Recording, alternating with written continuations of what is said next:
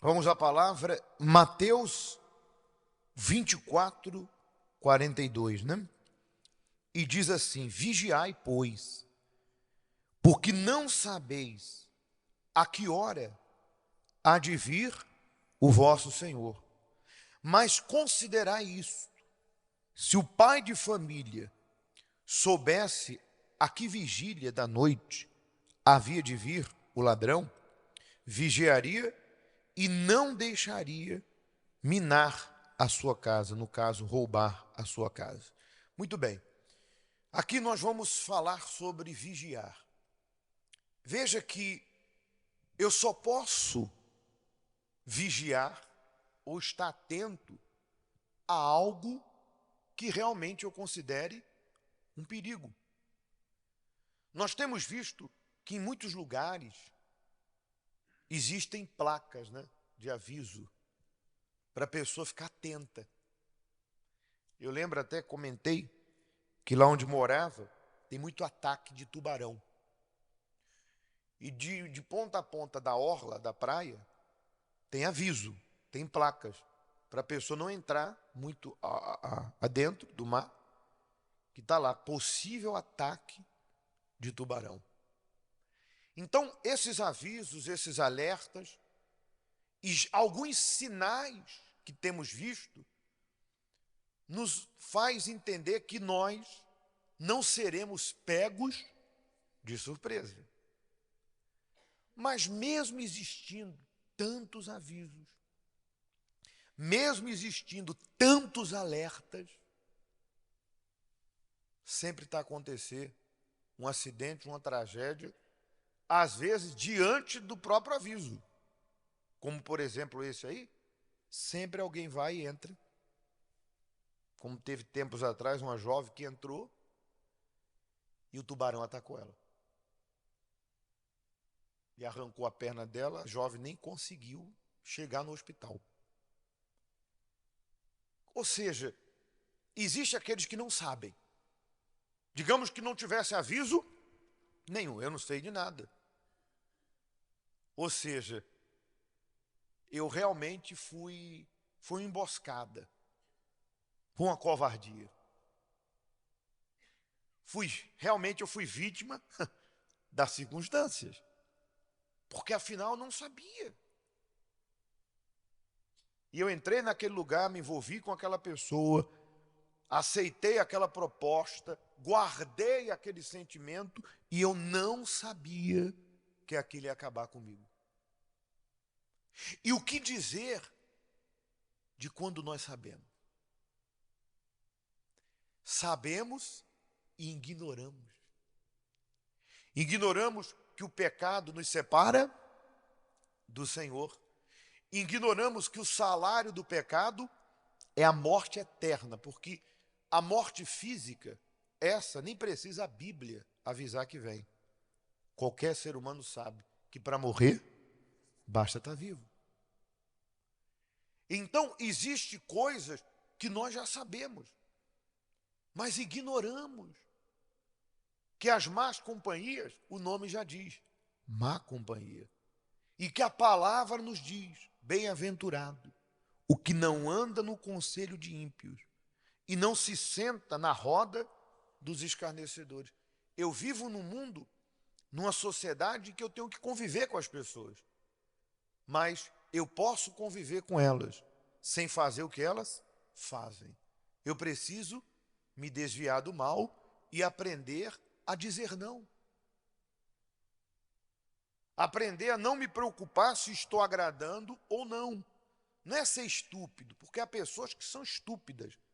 Ela não tem modo nem de falar com as pessoas. Não confunda se desviar do mal, se desviar do que não presta em ser uma pessoa bruta, estúpida, arrogante, grossa. Não confunda isso, porque há pessoas que realmente elas não têm nem modo para falar. Não sabe pedir por favor, não sabe agradecer, não sabe conversar com as pessoas. Então, o que dizer de nós que sabemos e não fazemos?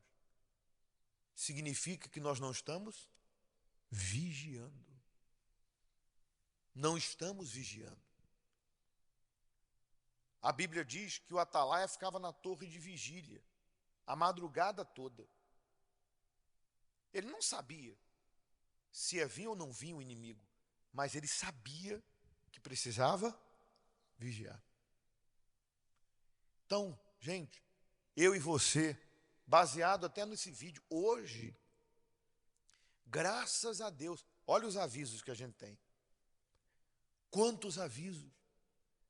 Na nossa família, na sociedade que vivemos, na igreja, exemplos e testemunhos. Temos a palavra que fala-nos de coisas e pessoas que foram livres e outras que se perderam e outras que foram resgatadas. Imagine você. E no final das contas, como dizem, a gente saber de tudo isso, ter recebido tudo isso, e no final, pagarmos como se não soubéssemos de nada. Pagarmos ou chegarmos ao ponto como se não tivesse sido avisados ou alertados sobre essa vinda do Senhor ou a nossa partida desse mundo. Então vigiai, porque nós não sabemos. Agora aí é que está a questão, para a gente entrar no segundo assunto. Como que eu posso vigiar? Quando eu tenho os sinais, quando eu tenho os alertas, quando eu tenho os avisos, quando eu já sei, quando algo está diante de mim. Aí vem o segundo texto, continuando aí. Ó. Por isso estáis vós preparados também, porque o Filho do Homem há de vir, a hora em que não penseis. Como que eu posso, como diz ali, estar preparado? O que me prepara para esse dia? Mas não é preparar no sentido de apenas saber. Porque, por exemplo, há pessoas que sabem que a mágoa é um pecado que separa ela de Deus. Mas se ela sabe, por que que ela tolera, por que que ela continua escrava desse sentimento? Porque estáis preparados. Ela não se preparou espiritualmente para vencer o que ela já sabe. E aí que entra a palavra de Deus. Porque o fato de eu saber que o pecado é pecado, que Jesus está a voltar, que más companhias me levam ao que é mal, o fato de eu saber que eu preciso de salvação, não significa que eu vou buscar. Não significa que eu vou tê-la. Porque há quem esteja sendo vencido pelo vício dentro da igreja, vencido pela mágoa dentro da igreja, pela pornografia, pelo adultério, pela fornicação, pelo ódio, pela inveja, pela cobiça. Mesmo sabendo de tudo isso, são vencidos. E por que que essas pessoas não estão preparadas para a volta de Jesus? Porque se preparado significa prontas. Por que que elas não se livraram disso? Por que que elas não se despojaram? Por que que elas não se limparam? Porque elas não buscam na palavra. Porque Jesus disse, as minhas palavras são espírito e vida. Está escrito que a palavra de Deus é viva e eficaz. A palavra de Deus não é um livro com capa negra que a gente lê para interter. Isso aqui é espírito, é vida. Jesus disse, vós estáis limpos pela minha palavra. Então, quando aquela criatura, seja quem for, começa a mergulhar na palavra e obedecer, ela começa a ter experiências com Deus. Ela começa a superar a mágoa e ela começa a provar o quanto o perdão vale muito mais do que guardar ódio. Quantas pessoas que depois que se livraram da mágoa, perdoaram, se livraram e deixaram ir aquele sentimento, não guardando mais. Quantas pessoas que respiraram fundo e disseram: meu Deus, parece que sai um caminhão de areia de sobre os meus ombros. Ou seja, hoje elas estão preparadas, não apenas alertadas. Elas não apenas estão alertadas sobre o perigo, elas estão preparadas. Quantas pessoas que eram vítimas da sua carne, escravas da carne, seja o vício, seja a prostituição, o adultério, a pornografia, pessoas que eram depravadas, imorais, sujas, e que começaram a mergulhar na palavra e entenderam que a sua natureza era suja, podre, porque elas, primeiro, alimentavam o que não prestava. Elas se inclinavam para aquilo. Elas não lutavam contra aquilo. Elas não se enchiam do que era bom. Pelo contrário. A natureza era má, não estava preparada, porque no período que elas tinham de tempo, ao invés de ir à palavra, de ir à oração, de separar um tempo para Deus, elas mergulhavam nas redes sociais, mergulhavam em coisas e sentimentos, emoções e pessoas que alimentavam o que já estava dentro delas. E aí entra aquela velha frase: tudo que não se alimenta morre, inclusive a vida com Deus, inclusive o pecado. Só que o contrário também acontece: tudo que se alimenta vive.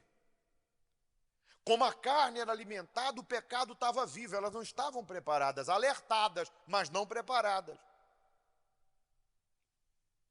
Como a vida espiritual não era alimentada por um reconhecimento, porque também não basta saber, eu tenho que me enxergar diante de Deus. Agora nós vamos buscar. Não basta você se levantar e de uma forma religiosa, formal, você colocar a mãozinha no coração e receber uma oração que não vai mudar nada. Porque na entrega você não tem que receber, você tem que dar. Não adianta você ficar aí repetindo o que eu vou te falar, se você não for autêntico com Deus, sincero com Deus, e chegar diante dele e dizer: Senhor, não estou preparado. Eu estou alertado, mas eu não estou preparado. Eu sei que o Senhor vai voltar, eu sei que o pecado me condena, mas eu estou escravo. Eu estou rendido a isso.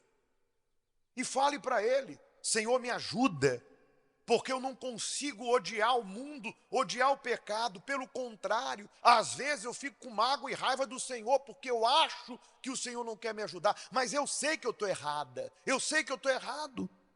Minha mente está tomada por esse mundo, meu corpo, minha alma está seduzida por esse mundo. Meu Deus, me ajuda, me resgata desse fundo de poço, desse tremendal de lama, desse inferno. Eu preciso de ajuda, Deus. Me ajuda a odiar essa vida podre, a me livrar desses sentimentos, a dar as costas para esse mundo. Porque o facto de eu estar aqui, eu me sinto bem, vou conversar com o pastor e orar, vou me sentir bem, mas isso não vai mudar a minha vida enquanto eu não decidir me entregar. Isso será igual analgésico que tira a dor, mas não resolve a doença, porque daqui a pouco volta de novo. Eu vou ficar dentro da igreja, Deus me enganando, até quando? Eu não posso continuar sendo mentiroso, continuar sendo magoado, continuar sendo uma pessoa presa aos sentimentos. Eu não posso continuar caído, porque de repente o pecado é a negligência, é o esfriamento espiritual. Meu Deus, me ajuda a voltar ao primeiro amor. Me ajuda a ser como eu era antes, no princípio. Arranca a malícia, os maus olhos. E me dá essa fé, Deus. Como diz a palavra, a nova criatura nasce com choro e com prantos, assim como a criança nasce com choro e com prantos. É o natural. Então, se não houver da parte da pessoa esse preparo, os alertas, os avisos, não vai servir de nada. Por isso agora, nós vamos nos preparar. Vamos derramar a nossa vida. Eu não sei, eu não estou dentro de ninguém. A Bíblia diz: examinai a vós mesmos.